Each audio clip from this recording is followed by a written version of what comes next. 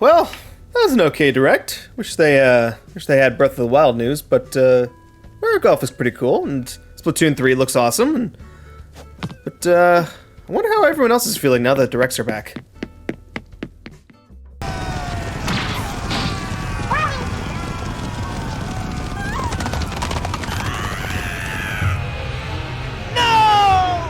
Wake up, everybody, because Nintendo Directs are back, and they are just as direct as they've been in the past. And by that, I mean they're full of JRPG ports and a little bit of new just to keep you watching. I do have a reaction video up on the channel now, so you can see my raw thoughts, but I wanted to do a little review now that we've had some time to digest. I'll try to keep this short and sweet, and we definitely don't have time to go over everything they showed, but I also wanted to compare it to some of the past Directs, because I think there's been some misconceptions with how this stacks up to the other ones.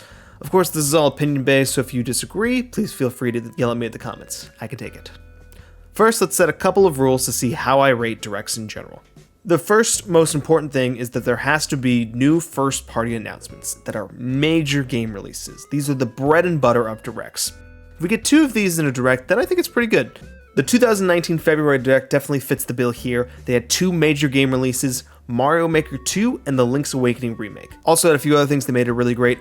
There was the reveal of Astral Chain, and then there was also, of course, Tetris 99, which was the surprise hit of the Direct. The number 2 most important thing is that they have to have a Smash character.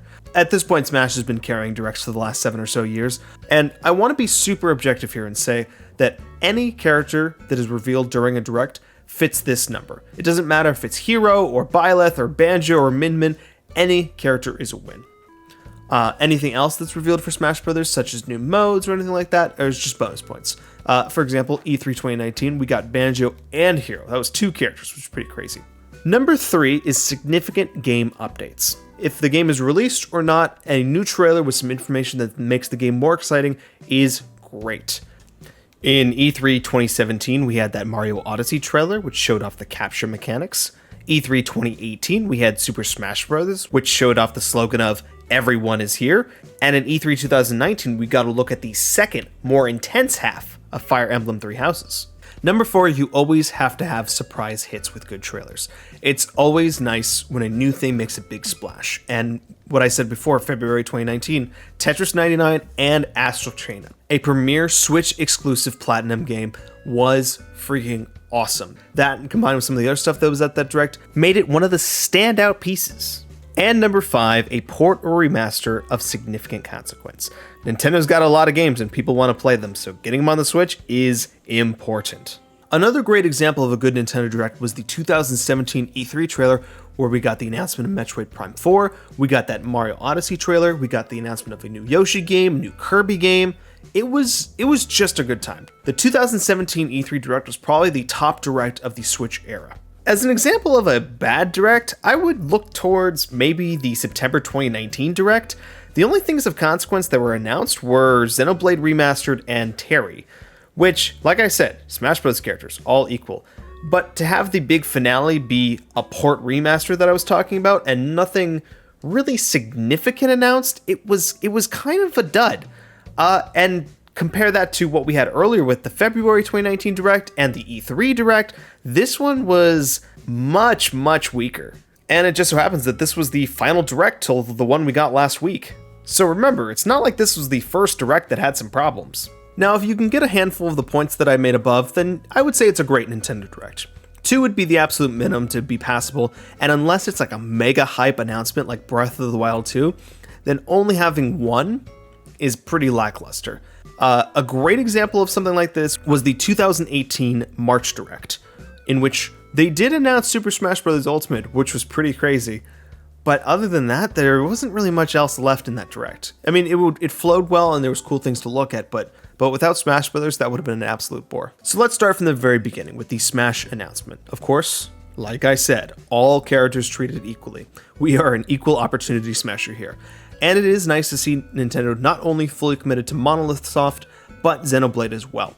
The one thing that really makes this character more interesting than, say, something like Terry from the last Smash Direct is that this is actually 2 characters. Mythra and Pyra are listed as fighter number 70 and 80, and they don't even take 2 slots in the DLC.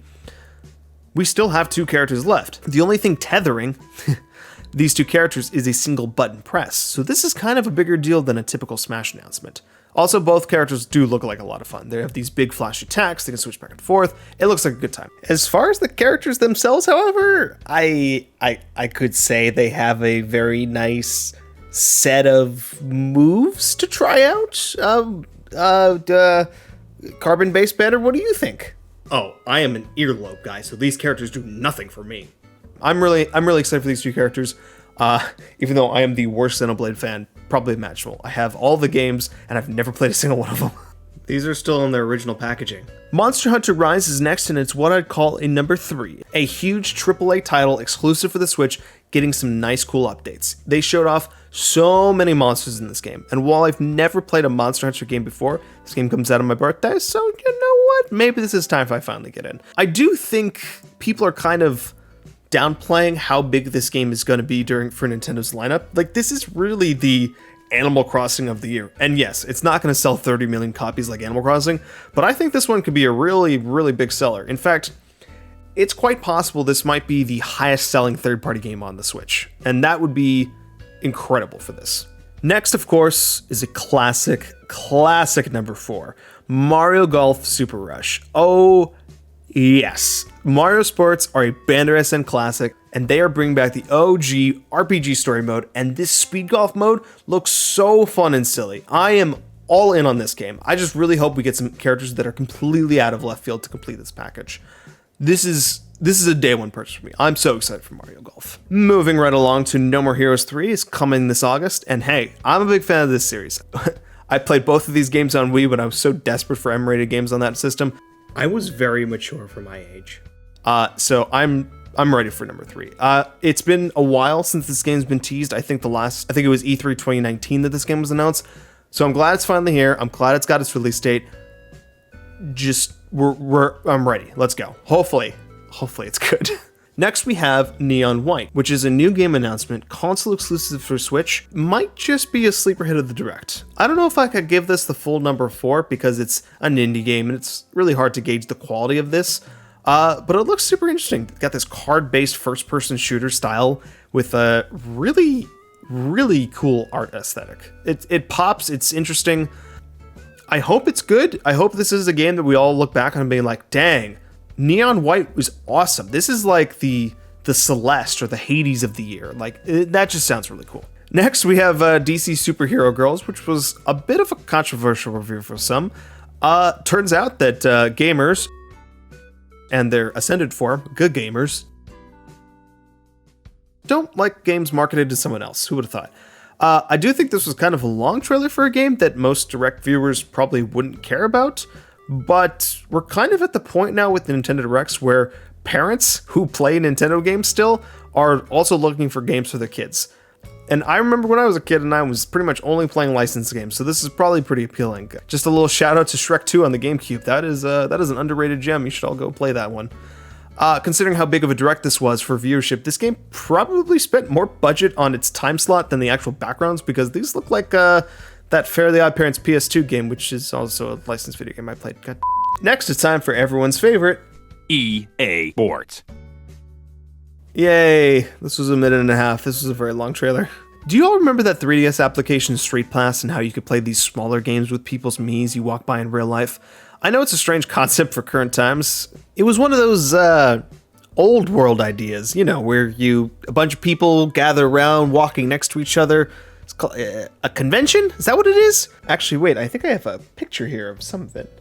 Oh God, what are they doing? They're so close to each other. Where are their masks? And they decided to turn that concept into a full RPG game called Miitopia that was released for the 3DS.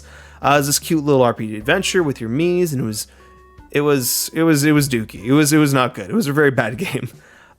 So why are we getting this low-selling, low-reviewed game on Switch? I actually have kind of a theory. It's a 3DS game that really doesn't have an impact. No one's going to care if it's good or bad. It's not really going to make no one's going to make a big deal out of it. I have a theory that they are testing out 3DS to Switch porting tech, and they wanted to try it on a game that no one would care about. So if it's good or bad, it does not matter. 3DS is actually a pretty good source of ports now that the Wii U well has run dry, but it is $50, which is completely ridiculous. It won't sell at all, but maybe maybe this will lead to Samus Returns getting a Switch port. It's Metroid's anniversary too, Nintendo, don't forget. Next, I've been told that Tom Nook will be putting a bunch of cool Mario-themed merch items in the store next month, and this warp pipe, holy cow, that looks awesome. This is a number 3, baby. Great announcement. And I swear to Tom Nook that they make these stupid names on purpose. Imagine calling it some super Japanese name like Momentous UML, Scales of Conviction, or Norzelia Tactics. These are actual in-game stuff. No one would care because we just had 6 other JRPGs in this direct called the same exact thing. If you call it Triangle Strategy, then everyone is now talking about it, whether laughing at it or not. It's Octopath Traveler, but it's a tactics game, which by all means, they could have just made Octopath 2, Nonopath Traveler, but the fact that they're changing genres and wanting to make a sequel that's really something new is kind of awesome. The demo's out now, it's 2022 release date. I'm playing this and I'm giving this a number 4. I'm excited about this, pretty excited to see more. More highlights, ports, and of course another EA Sports.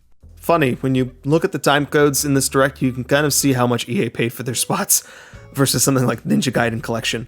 And now we'll explain the Age of Calamity DLC. Just kidding, it's another JRPG!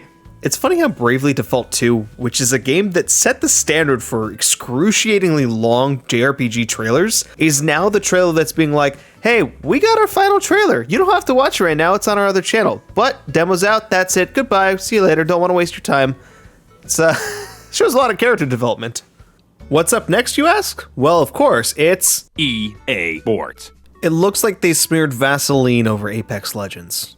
Look, we all let out a collective groan when Breath of the Wild 2 wasn't getting any new info. And I always want them to take as much time as possible for these kinds of games, but I think they really could have used something here about this game. Concept art, a title, something just to tease us, just a little bit. I feel like they're now gearing this up for a 2022 release, but hopefully the confirmed later this year information is teasing for some sort of Direct or Zelda anniversary event. I've heard the rumors of Twilight Princess and Wind Waker coming this year, so maybe we'll get an event. But that being said, this was very disappointing just to see. But right after that, however, Skyward Sword is a great game. It's got the best characters in all of Zelda, the best story, and great music. It's 60 FPS and 1080p. It's great, and I love motion controls. It was next in line to be ported, and it deserved a port. Skyward Sword is good. So I like Skyward Sword. I'm a big 3D Zelda fan over the 2D Zeldas, and you might be surprised how high I put Skyward Sword on my own personal list. I think it makes total sense that Skyward Sword is getting the HD port. $60 is a little pricey, especially off the heels of that 3D All-Stars collection, but if they add a few more quality of life updates, I think this could be pretty decent. If the Twilight Princess and Wind Waker rumors are true, then I think this will all sort of blow over and people will actually give Skyward Sword a real chance. It's a good game. It's not the best Zelda game, by far, and it's got some issues, but it is a good game. I've just been informed that Skyward Sword is currently a bestseller on Amazon and is sold out, so take that, haters. Skyward Sword, Game of the Decade, 2 decades in a row, you love to see it. That being said, however, these Joy-Cons, holy cow, these are amazing designs. Yes, I do have that gold Wii emote for Skyward Sword, and yes, I will absolutely be getting these and telling all my friends, no, you can't use these Joy-Cons, they're mine! Keep your hands off them, you can use the red and blue ones. Last but not least, we have the reveal of Splatoon 3. Definitely getting a different vibe from this one. Seems like it's going to be a bigger evolution than what we got from 1 to 2. Customization is different, graphics are heavily improved, the Splatlands area feels like a different vibe. Clearly just looking at this game, you're getting a more ground-up sequel. Splatoon 2 always felt like a Wii U game that was quickly shunted off to the Switch to give it launch games, and it didn't have the bigger changes that you'd expect from a Nintendo first-party game. With Splatoon 3 now, you're getting Splatoon at its Nintendo peak. Smash characters. Nintendo proper is developing it. They've had time to flesh out ideas and ways to make this game a new experience. The Switch is a known quantity in terms of what you can get out of it. This is not just going to be another Splatoon. This is going to be the one that pushes Splatoon into the upper echelon of Nintendo's critical darlings. And mark it on your calendars, Splatoon 3 is going to be a Game of the Year contender in 2022. This is a number 1 in my book. A hype video game announcement. And I just feel like people aren't giving it its due. So if you just take up all the points in the announcements, I would tell you that this is a pretty good direct. But I think this one has some major problems. The Direct was 50 minutes long, and if you take out all the good parts, you're left with a ton of bloat and a ton of fluff that I'm not sure it was for anyone. So many games of little consequence with long segments, these transitions with Takahashi-san that were way too slow, and a few of these games had these weird extra bits at the end where the narrator would explain the game a second time than what we just had seen. It's just weird. Why do they keep doing this? Even the Smash trailer was a little too long. I think this could have easily been cut down to a cozy 35 minutes and you would not have lost anything. It just kind of brings down the whole package when your third JRPG of the Direct explains the entire lore of the new game, the characters, the battle system, the choice system. No one has ever bought into a JRPG based on a lore breakdown, I promise you. And so many of these third-party games are just not worth the amount of time put into them. Plants vs. Zombies doesn't need a minute and a half just to show it's coming to Switch. Overall, there were some pretty great announcements here, but the bloat of this Direct really sets it back. There are a lot of good games coming soon, but nothing really for the second half of the year. Obviously, this was focused on the first half, but it's weird to tease 2022 games, no Breath of the Wild 2, and then nothing for the holiday. I think Nintendo's core problem right now is that there are a bunch of games that we know are coming and have no clear release dates. Bayonetta 3, Metroid Prime 4, Breath of the Wild 2, and now Splatoon 3. We're also not sure where a new Mario game is on the docket. It's been a while since Odyssey, and yeah, Mario Maker 2 came out, and yes, Bowser Fury did just come out. It seems like there should be some sort of indication that a big 3D Mario game is coming after the success of Odyssey. That game sold 20 million units. Of course they're making a sequel. Right now we're just getting these little meals of games that are revealed to us a few months out, but the big meals seem like they're so far away. Nintendo just needs to get their hype momentum back. 2017 and 2019 were packed with monthly releases of consequence, and we knew about these release dates at least half a year out. 2018 had some decent games to look forward to, but Smash Bros. Hype helped carry us through to the end of it. And since the release of Animal Crossing, it's been band-aids and duct tape trying to cover the schedule and keep people somewhat interested in the future. Going back to the previous Directs, only a few of them were really truly better in terms of announcements, but the schedule of what we knew was coming helped carry them. It's easy to see a Direct as good or bad with hindsight, so I'm sure we'll feel differently about this one after a little while, especially if full Directs are coming back more regularly. And if next week we get a new Pokemon game coming in November, then I think we have a good year ahead of us. And so that's my review. A fairly average Direct with a ton of potential, but way too much bloat. An excessive amount of bloat. It's unfortunately stuck in this weird spot with Nintendo's current release schedule and a raging global pandemic. And at least for me, I have plenty to look forward to through the first half of the year, but I hope we see another Direct in the usual June spot. My final score for this Direct would probably be like a B, but not like an 86 or an 87, more like an 83. So thank you all for watching this. What did you rate the Nintendo Direct? What was your favorite Direct in the Switch era? I'm trying to gauge what people actually like so I can get a better sense of what's a good Direct. So give me a comment below. I promise I will actually respond. So, that being said, I've been BanderSN. Oh, yeah, carbon-based Bander, what score do you give the Direct?